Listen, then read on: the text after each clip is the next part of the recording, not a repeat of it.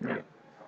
Nos encontramos aquí con el doctor Chávez, médico psiquiatra, que nos hablará un poco, nos pasará un poco su tiempo para hablar un poco al respecto de la disfunción sexual en el hombre, principalmente, y su relación que tiene con el aspecto orgánico, con el aspecto psiquiátrico. Y me comentaba, doctor, que han habido unos cambios en el DSM-5 con Sí, respecto a la disfunción sexual. a la clasificación anterior que es el DSM-4TR, como tú sabes. Antes se clasificaban como por áreas de funcionamiento, entonces serían como los trastornos sexuales, así se llamaba el capítulo antes del DSM-4 y en cambio ahora lo dividen en tres.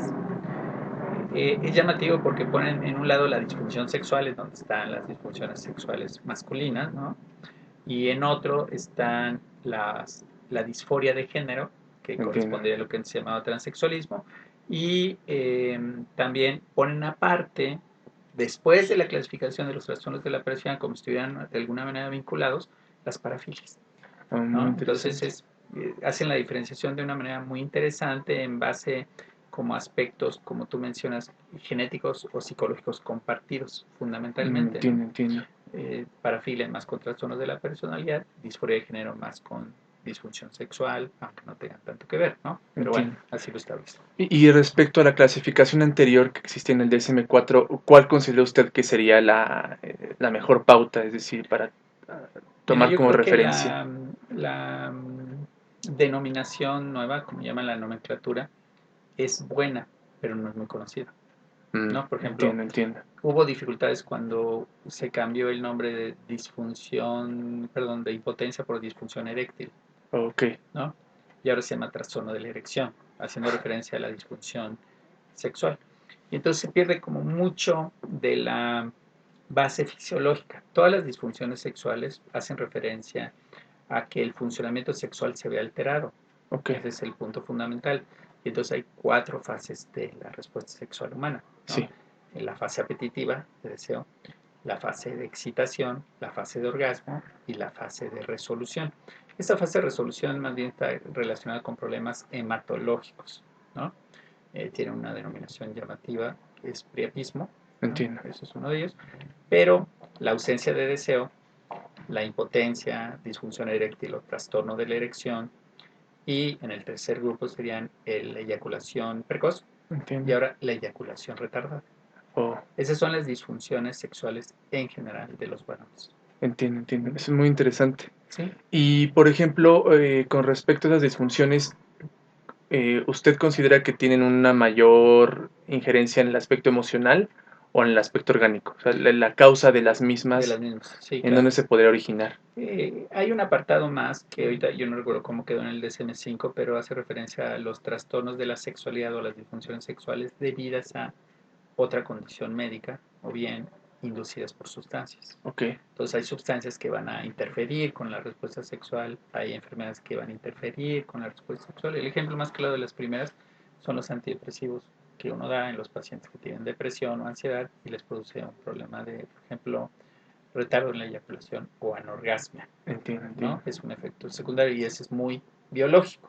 Ok, Pero, por ejemplo, la principal causa médica de disfunción eréctil es la elevación de la prolactina, ¿no? entiendo, entiendo. Pero ya viendo las partes simplemente psicológicas, sin considerar las partes orgánicas, que pueden, hay que descartarlas siempre, pues es obvio que en el trastorno de la erección está involucrado más bien lo que llaman la ansiedad del desempeño.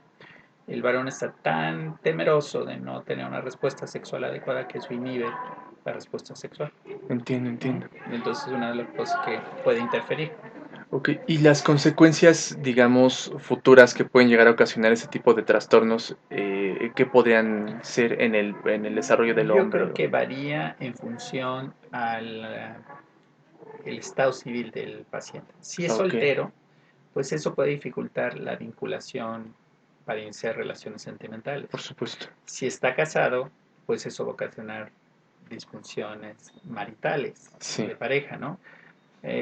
Siempre el varón considera esta parte del funcionamiento sexual como una cosa que es primordial para su autoestima, ok, ¿no? ok. Eso es algo que desde la adolescencia lo tenemos y persiste durante la edad adulta y es un peso ya en la senectud, ¿no? Porque uno pierde esta capacidad. pero siempre está presente. Y casi siempre las reacciones de las mujeres, las esposas me refiero, son como muy tolerantes, entiendo. pero eso finalmente no soluciona el problema. Y de ahí surgen varias dificultades, pero igual que cualquier otra disfunción, ¿no? Por ejemplo, en la eyaculación precoz, las personas dicen, bueno, deberíamos ir a un terapeuta sexual, pero rara vez un varón se anima A ir a un a ir, terapeuta. ¿no? Mm, Y si es un varón soltero, es como, ahí sí la historia más complejo, claro, ¿no? claro. Entonces, bueno, entonces eso puede dar origen obviamente a una problemática marital y trascendental, ¿no? Hay un refrán que dice, la sexualidad cuando funciona corresponde a un 10% de la relación que llevas con la pareja. Cuando no funciona, como un 90%. Eso es lo que dicen. Sí, es una cosa que es obviamente muy trascendental, no solo para la pareja, sino para el mismo paciente. Entiendo. Y con respecto al tratamiento que puede existir, Ah, ese es ¿qué muy se puede interesante. dar? Obviamente el manejo en un tiempo fue muy psicoanalítico porque se pensaba que cuestiones de desarrollo, sobre todo en la etapa fálica, interferían con Entiendo, entiendo. el funcionamiento. Pero realmente ahora el manejo es más como conductual. Y entonces se Mm, dan una serie de ejercicios relacionados con buscar la respuesta sexual sin buscar tener relaciones inicialmente, ok. para que el sujeto vaya viendo que realmente hay una respuesta sexual normal Entiendo. y después empieza a entrenarse ya en la relación con su pareja. Obviamente los dos tienen que estar de acuerdo en llevar este tipo de ejercicios porque la cooperación de la pareja pues, es fundamental, ¿no? Esa es Comprendo. una. Pero de cuenta que fuera una eyaculación precoz, ¿no? Igual hay un manejo en donde se le dan ciertos ejercicios, en donde al sujeto le permiten determinar la diferencia entre emisión y eyaculación, que son dos fenómenos que van muy aparejados, Sí, la sensación de que el sujeto va a tener el clímax y propiamente la eyaculación. Entonces, si el sujeto alcanza a dilucidar estos dos aspectos como dos aspectos diferentes, puede en un momento antes de tener la sensación de orgasmo el detenerse y a impedirlo, entiendo. ¿no? Entiendo. Es muy llamativo la definición de eyaculación precoz, no te pueden poner como un tiempo como tal, Sí. en cambio en el DSM-5 me parece que ya bien establecido, pero lo importante era que el sujeto tenía el orgasmo antes de lo que él tenía previsto, ¿no? Y una pregunta más. ¿Existe alguna correlación entre la disfunción sexual y la tipología de personalidad? Yo lo que te puedo decir es que hay relación en algunos aspectos, ¿no? Sin embargo, yo no te podría decir con certeza. Por ejemplo, en el esquema psicoanalítico, el concepto de histeria iba muy ligado a características de conducta y apariencia, seductoras, provocativas, Entiendo. ¿no? Pero a una inhibición sexual. Comprendo. Como que no iba a haber respuesta sexual. Sin embargo, esa no es una característica de la personalidad Ok. histriónica, ¿no? Comprendo. En cambio, puedes ver otros aspectos que están más relacionados con una sexualidad más desorganizada, que sería el trastorno antisocial. Una de las características es que puede tener relaciones con diferentes parejas, Ok. ¿no? En momentos cercanos. Y entonces como que hay otros aspectos, ¿no? Inclusive hay como muchas propuestas de adictos al sexo y todas estas cosas que inclusive uno ve en las películas, ¿no? Y que sin duda pueden estar presentes, pero realmente una personalidad como tal que te inhiba, el único que está muy especificado como tal, inclusive es un criterio diagnóstico, es el trastorno de personalidad esquizoide, en Mm, donde la parte emocional no está tan presente y tampoco la parte de deseo sexual. entiendo. Y en función cultural, ¿considera usted que existe como una correlación o una pauta de cómo se enfrenta el problema?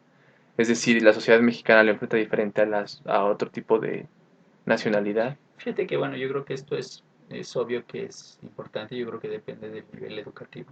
Y bueno, en cuanto al nivel educativo también vale la pena mencionar algo. Entre más nivel educativo tengas, y me refiero en el caso de las mujeres, tienen menor necesidad en cuanto a actividad sexual. Entonces como que se sustituye un poco, no te digo que sea la norma, pero es bastante frecuente, eso está muy descrito Qué también. interesante. Sí, es muy interesante porque sustituye la parte física por la parte Con el intelectual intelectual. en general, ¿no? Wow. Pero fíjate que siempre que hacemos este tipo de comentarios, no me refiero ya tanto a esto del grado educativo, sino a nuestra cultura, nosotros pertenecemos a la cultura occidental y toda la cultura occidental tiene elementos que están muy sexualizados en la publicidad, inclusive en la pornografía, o sea, muchas cosas.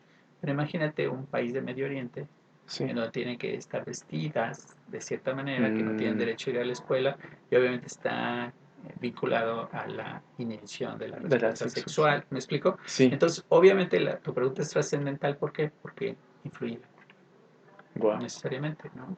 Sorprendente. Y gentes que pueden tener no una esposa, sino varias esposas legalmente en algunos países Sí. asiáticos, ¿no? Entonces, es obvio que eso también influye, pero sería muy raro que una mujer tuviera esposos varios legalmente. Entonces, Sí. obviamente la cultura influye en esos aspectos. Sí. Qué interesante. Como las mil y una noches, ¿no? Que le tienen. Bueno, podemos decir que sí, ¿no? Sería como un ejemplo. Y algo más que le gustaría comentar o que le parecería interesante comentar respecto a este tema. Yo creo que se necesita más conocimiento acerca de su tratamiento.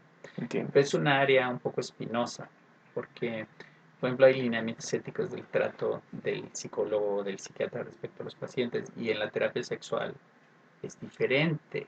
Mm, Muchas cuestiones éticas no están tan presentes entiendo. y las gentes piensan que no son tan necesarias. Entonces es un Ok. campo un poco espinoso, Entiendo, ¿no? En ese entiendo. sentido.